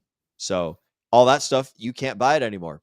Goodbye. So as the exchanges dry up and the liquidity dries up, you guys are going to see more interesting price action. As the liquidity of an item goes down, its ability to shift in price goes way up and way crazy. So, excuse me. And on the flip side, its ability to go down in price is way easier. The larger the liquidity pool, the harder it is to move the price. What were you going to say, Alan? This just in, Bitcoin already passed 87,000 just now. Nice. So on stream today, you guys have seen Bitcoin go from 85 something up to 86, past 87. So something's going on. Maybe Michael Saylor is watching the DGen Roundtable right now and he's feeling extra bullish. Just buy some bitty coins. We love to see it. All right. Speaking of next up stuff, we've got in the past 30 days, Base has seen an average of 412,000 new users or active addresses joining the network each day. That's fucking nuts, man. Over the past 30 days, Is that Coinbase 400,000. or just Base? Huh? Oh, you mean is that the block? That's the blockchain Base. Yeah. So Base is Coinbase's blockchain. Yes. Okay. Yep. So over the last 30 days, 400,000 people a day on average, and not necessarily people, but active addresses. So it could be one person managing 30 wallets multiplied by whatever the hell. It could be 40,000 people making one transaction. So that is a lot of people. That's a lot of economic energy. We like to see it. So good job, Base. I am proud of you. You guys get fires, thumbs up, and hearts. Next up, we got a market overview. Doesn't really matter because this is for Friday and today is Sunday, so we don't care about the past. And then we've got Solana is making a phone. So Solana Mobile to launch this summer. The new Solana phone, actually they already have phones out. I forgot about that. The new Solana phone is set to drop this summer, featuring a built-in seed vault with fingerprint access for secure self-custody. You know it's not secure? Getting your fucking fingers chopped off. So I'm not buying one of these phones. You guys are more than welcome to. But yeah, I understand it's convenient. That's not a convenience that I'm doing. So I will give it the thumbs up. I will also give it the thumbs down, and I will laugh at it because I am glad that they're building stuff. Didn't a bunch of movies prove that you can mimic fingerprints? I don't know if the movies proved it, but they definitely use that as a trope for sure. Yeah. Like I think maybe one of the Ocean 11's movies may have done that. I don't know, but I feel like that could be possible where somebody can find your fingerprint and then make a copy of it. Yeah, I would not be surprised to find out that that's some silly stuff that could happen. But hey, fucking if that's what you want to do, that's what you want to do. Like some people have different levels of security, so I'm not gonna do it. Somebody probably has a better way, smarter way than me. But as far as I'm aware, I don't want people coming up and clipping my fingers off so they can get my $20 of Solana tokens. So. Hey, there you go. But if you like the phones, then there's a new one coming out this summer. So coming this summer. So let's see what we got next. We got Spar Supermarket now accepts Bitcoin payment in Switzerland. That's fantastic. I like seeing more places accept Bitcoin. So that's fucking fire. That's a heart, and that's a thumbs up emoji. And Switzerland's a very big haven too. There's a lot of money in Switzerland. Yeah. Oh yeah. Oh boy, we got Mr. Crypto Sloth. I'll clip your tooth off for $20 worth of Solana.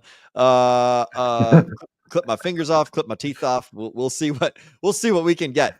I might take you up on that offer if I need any teeth trimmings. I don't really know how to do Solana stuff, so I'll probably have to learn that, Dr. Sloth. But we'll see. Next up for things that we're seeing, by the way, is Vietnam's finance ministry partners with Bybit to launch crypto trading pilot and build a legal framework for its massive crypto user base. That's that's pretty cool.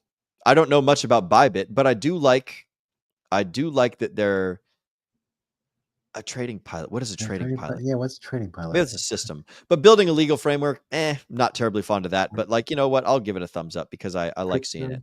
What is it? I'm getting a hell of a deal to get my teeth clipped up for $20 worth of Solana. Yes, I am indeed. Dentistry is super expensive, so shout out to you, sir, for offering the $20 Solana bucks worth of teeth clippings. So a crypto trading pilot is just an experimental way to regulate cryptocurrency in Vietnam. Oh, that's all. Well, then why is everyone giving this thumbs up and things? I'm going to give it a poopy emoji because I don't understand. And I also don't like legalities and crypto being in the same sentence. So unless it's saying that crypto is fully legal, then I'm all about it. Sure. Next up, we've got Arbitrum becoming the first layer 2 to cross $300 billion in volume on the Uniswap protocol. Good job, Arbitrum. Also, I don't care. So there you go. I don't use Arbitrum very often, but I'm sure they do cool things. Yeah, I don't know. Now we've got some cool tokens. No one cares about cool tokens. Just kidding. We've got Ethereum. Ethereum is one of the top trending tokens today, and Bitcoin number 13, except this was on Friday, April 18th. Next up, we've got China's M2 money supply just hit a record of $326 trillion, and analysts say that the surge in liquidity could help push Bitcoin forward to the $90,000 mark. I don't disagree, but fucking 326 trillion. Wow. That's a lot of money supply. So I don't know how much money that would be if you split it up between each China or between each Chinese person. 326 trillion. That is a whole bunch, but man alive. Wowee.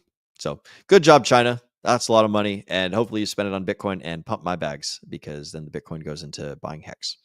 Next, we've got Kraken expanding with Forex, the Euro USD, and the German or the British pound USD in perpetual futures. So not only can you buy stonks on Kraken, but now you can do Forex trading. So if you want to buy some foreign exchanges or some foreign currencies, then there you go. I'm going to laugh at it because it's funny, and I don't do Forex, but more power to all you that do. So there you go. Now, we've got some news for you folks in India. Binance now requires KYC, know your customer, re-verification for all users in India to meet new AML rules, ensuring compliance and data security. Wah, wah, wah. Yep, that fucking sucks. You hate to see it. So if you're a Binance user in India, sorry, but you got to send a picture of your ID or a picture of your, I'm not going to say that. You got to send pictures and you got to re-verify yourself. And yeah, there you go. So that's no bueno. Next up, we've got Canary Capital has filed with the SEC for a spot Tron ETF. Good job, Tron. I don't really care, but there's more things. There's more cryptocurrency introductions into the world. So glad to see it. Next, we've got some market overview. Again, doesn't matter because this is still a couple days ago. This was actually yesterday, Saturday at 8 a.m. Some Bitcoin prices. We don't care about that.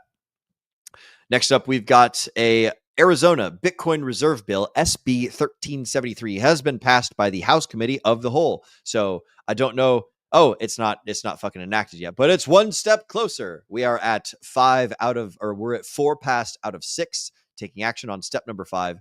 And this will theoretically get some Arizona Bitcoin in their reserve. So that's pretty cool. Good job. Happy to see it. I'm glad that there's not a single negative reaction on here. 92,000 subscribers and not a single negative like. Freaking love to see it. So there we go. Next up, China's M2 money supply just hit the record as we had seen before. Oh, we lost Dr. Chen. Hopefully he comes back. Alan, if you could hear me, we have lost you from the stream. He's just right across the door there. So I should see him popping back up here shortly. But let's see. We've got China's M2 money supply just hit a record of 326 trillion, and analysts say that the surge in liquidity could help. Oh, I just fucking read that like a minute ago. They just had that. Oh well. Anyways, you guys get to hear the same thing again. So good job. Pump my bags. We'll see how it goes. Aha, there we go. We've got Dr. Chen again. There he is. He is back. He has joined us. So good to see you again. Audio issues. I see. Yeah, you're okay. It's better now. You were grainy for a second. Yeah. But anyways, I was just saying it basically repeated the China news, so we already seen it. And then there's some top trending coins today. Oh, I want to hear China news. Wait, China news? I missed that. Oh yeah. So the China news was basically just the M2 money supply in China. They've got 326 trillion of M2 money supply. So this is the China supply of money. Okay. You see this chart right here. So it just keeps going up and to the right. Yeah. So that means is the value of the Chinese dollar or the Chinese yuan or whatever the thing is just goes down, which means the price of Bitcoin in China goes up. So they probably buy it because they're like, oh yeah, that's true. Yeah. So the more money they print, the more Bitcoin they buy to save the value. It's not like the Bitcoin's not becoming more valuable. The value of the dollar is plummeting. And so they're like, man, if I can buy, one loaf of bread with 1 Bitcoin right now, and it costs me 10 yuan, and then like in the future to buy a loaf of bread, it costs 20 yuan and still 1 Bitcoin, then like you retain the value if you switch your currency to Bitcoin. So there you go. Got it. Next up, we've got $10 trillion asset manager Charles Schwab plans to launch direct spot crypto offerings. Cool. I don't know what that means, what an offering is, but hey, Charles Schwab selling crypto. I like it. All about it. Robert Kiyosaki. Oh, nice. And we've made it to where I last started looking at things. So this was at 6:30 p.m. last night. So this is all new news to me. I haven't seen this stuff yet.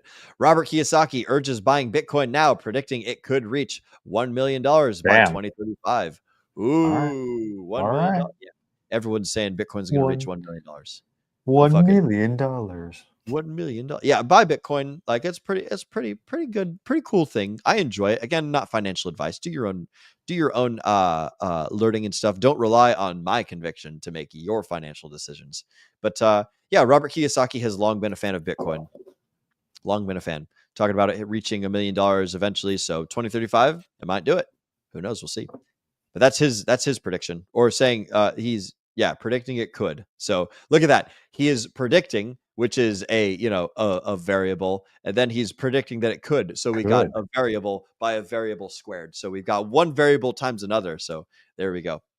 It's like saying he could predict that he will think that at some point in the future it might potentially have the idea of becoming, blah blah blah blah blah. We could just keep going down that road. Anyways, top DeFi projects by total value locked. Don't care about it. But good job. I'm glad you guys are doing it.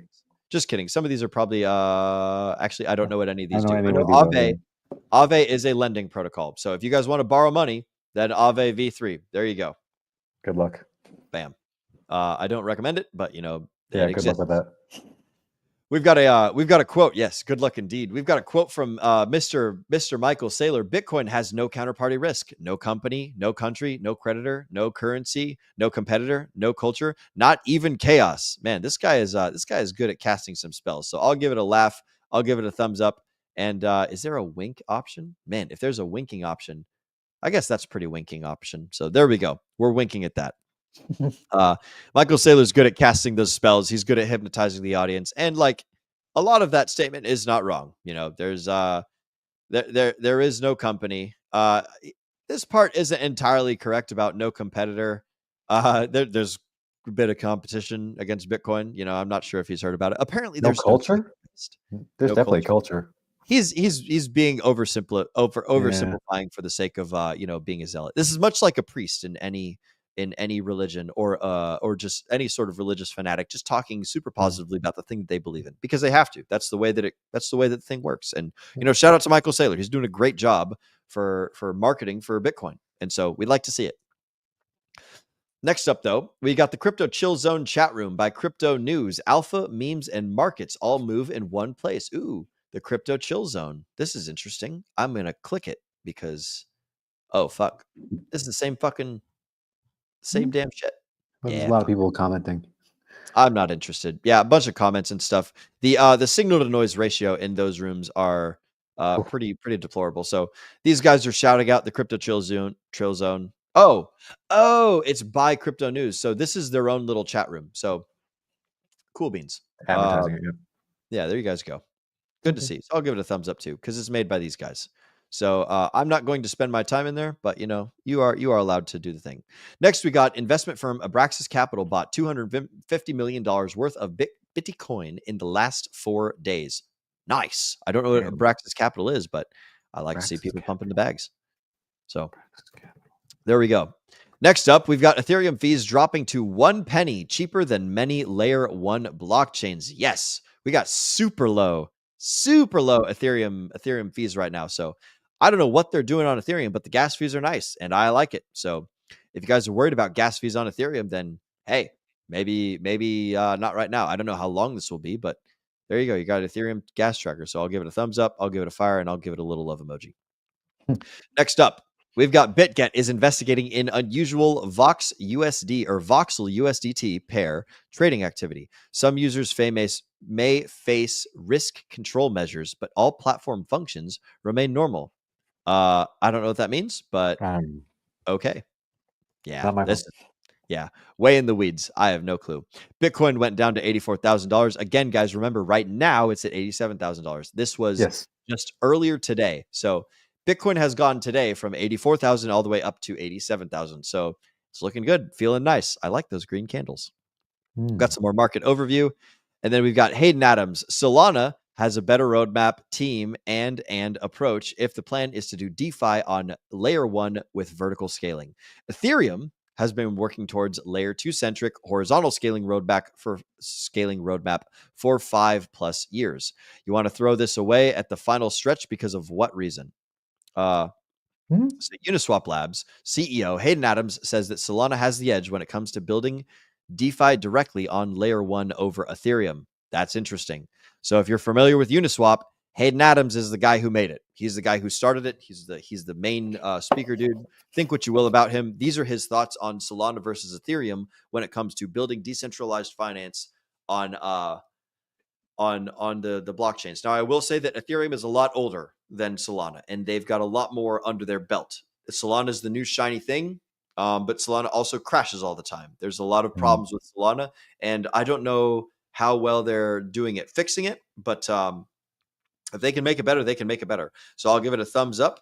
I will give it a thumbs down, and I will give it a poop emoji because I'm not terribly fond of Hayden Adams as a person. But like the facts that he's speaking, if they're correct, then hey, they're correct. And I'm not here to argue about the technicalities.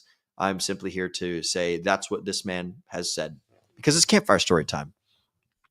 Next up, we've got crypto news. This just in: Solana passes Ethereum in staking market cap, becoming the largest blockchain by staked value. Interesting. That's very conveniently placed there. Yeah. Interesting that there's like some Solana talk and then some more Solana things. Like it could be a fun one. By the way, we've got Mr. Crypto Sloth. Catch y'all on the replay, gang. Hashtag replay. That's not Crypto Sloth. Excuse me, Mr. Market, not Mr. Crypto Sloth. Sloth was saying getting a hell of a deal. Mr. Marcus72 saying catch y'all on the replay. Hashtag replay, gang. Hopefully I caught you just now, Mr. Marcus, but it's good to see you, broski. We like everybody, whether they're watching us live or watching us on the replay. Let's see, where was I? We were talking about Solana and Ethereum and how it's like, oh, hey, look, one piece of news and then another piece of news. It's like it's either it's doing really well and it's doing awesome and it's going to be the next best thing, or it's getting pushed and there's an agenda and some cool stuff is happening. We'll see. We shall see. Remember, guys, this is all campfire stories. Yep. I'm not actually reading any articles here. I'm just checking out headlines. Yep. Next up, there's some trading coins that we don't care about. And then we've got Michael Saylor, insufficient orange. Michael Saylor tweets insufficient orange alongside his orange dotted Bitcoin buy graphic. What does that mean? Well, Mr. Michael Saylor, I will say, if you are insufficient in the amount of orange that you have, then you should probably go buy some more. What do I know? Sure. Bitcoin wasn't good enough for him when it was 60,000 or 6,000, but it's good for him now when it's 87. So go buy some more, Mr. Michael. Go pump my bags and go do some things. I'll do the thumbs up, the fire, and the poopy emoji. Then we've got Bitcoin again. It's hit $85,000 as of wow. That's pretty nuts, man. So 4 p.m.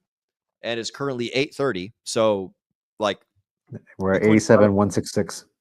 Yeah, Bitcoin's doing pretty good moves right now. This is pretty good stuff. So I'll put a thumbs up on that. Next, though, we got Vitalik Buterin's plan to improve Ethereum scalability. Vitalik suggests replacing EVM bytecode with RISC-V to boost execution speed and efficiency on the Ethereum network. Okay, cool. So nerds talking about cool things, and I like it. I'll put the thinking hat because I don't know, and the fire in the heart because I like things being built. Hey, look at that. Yay. That's what we were talking about earlier. You called this as it was happening, Alan. You were like, hey, look at that. Bitcoin fucking passed 67. And then look at that. Bitcoin passed 87. And that's it. We're caught up on the news, ladies and germs. We're sitting at some cool stuff. We've got some cool price action. We'll put little fire emojis and heart emojis everywhere. And that's all we got for news, ladies and germs. We'll go ahead and let's see. Ooh, private chat. Oh, there we go. Private chat. You were talking about the audio stuff. Sweet. Yeah. So, ladies and gentlemen, this has been Campfire Stories. This has been awesome. Dr. Chen, is there anything that you want to say before we go ahead and end this show? Anything you want to shout out or tell the folks what you're up to in the near future? I mean, thanks for having me. This was fun, and we need a real campfire next time. Yes. We'll make it happen. We will make that happen. Absolutely. Guys, as you know, I'm peripherally involved in finance. So again, none of this is financial advice or medical advice, but I'll plug in my YouTube channel at Your Health Unplugged, where I talk about various health news that's absolutely ridiculous and how to get yourselves out of the mainstream healthcare system to have a healthier life as a sovereign individual. And I have other links as well. Instagram at unplugged.md. I'm on Twitter as well at unplugged_doc. as well. Those are my main channels. So I'll catch you over there, and I'm always open to my DMs for whatever. But I'll see y'all in the DRT chats as well. And I'm sure you're going to plug in the next set of shows, Will, about what's going to happen with the DRT in future episodes. Hell yeah, man. Oh man, what a terrible time for a cough. You guys can check out what Dr. Chen is up to. Go to this little link that I got down here. It is in the live chats right now. It is youtube.com/@yourhealthunplugged. And like he was saying earlier with the Instagram and the Twitters and all that other good stuff, you guys can find all his stuff over there. Thank you for what's that?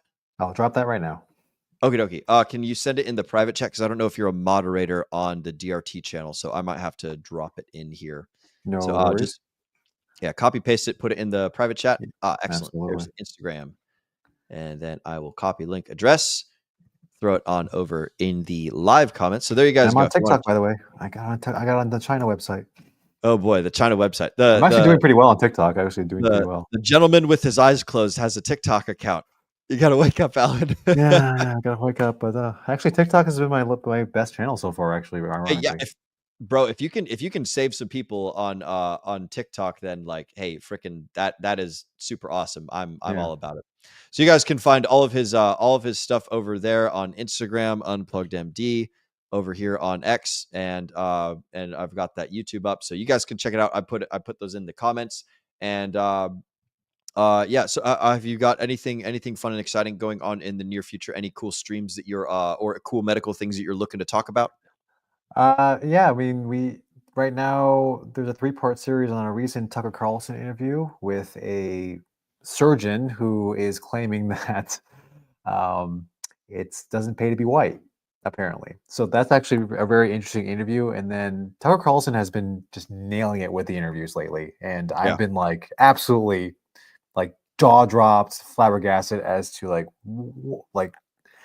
I'm aware of certain things going on in healthcare, but then the stuff that he's dropping is like what the I'm all flabbergasted. Like that's how good they are. So yeah, definitely covering some of those. There'll be some live streams coming up. I just haven't been able to catch up with everything else in my life to be able to get those out to you guys, and also some original content too coming up. It's gonna be some funny stuff. I'm not gonna give everything away, but just stay tuned.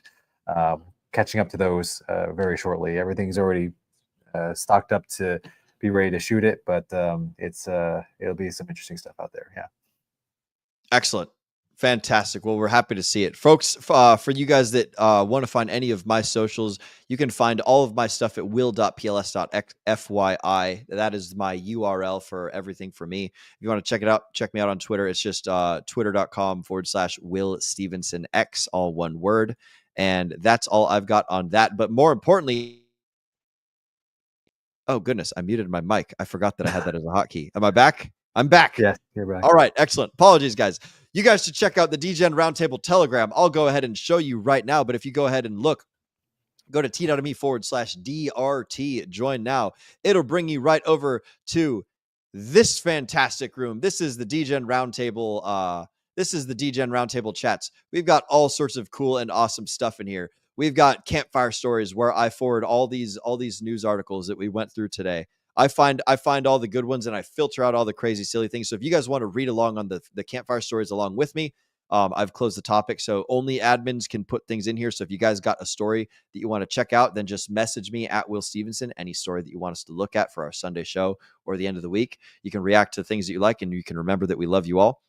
We also post some funny memes in here, like videos of Jesus doing WWE and Irish tans and silly memes and stuff. We talk about guns. We talk about ladies, liquor, and leverage. We shill products. Well, we don't really shill products, but we talk about things that people are looking to produce. So if you've got consulting, yeah, that's where Alan has put his consulting service. Yep, absolutely. Yeah, so if you guys want to shamelessly shill things, then you can shamelessly shill things inside our shills and Twitter announcement section. So no problem in there. We don't like that stuff in the main chats, but you could put things in there anywhere you want. But yeah, there's meetups. Look, there's me and Alan hanging out with our good buddy down in El Salvador. Freaking shout out to La Cruz Coffee. Super cool. We talk about history. We talk about fun things that you can find and learn about. We have links for cool streams that if you guys are doing a stream, you can post a link to your channel in there.